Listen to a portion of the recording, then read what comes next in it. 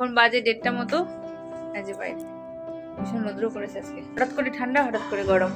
আর এই যে একদম ঘরের মধ্যে পায়দানি মারছে এদিক থেকে ওদিক ওদিক থেকে এদিক।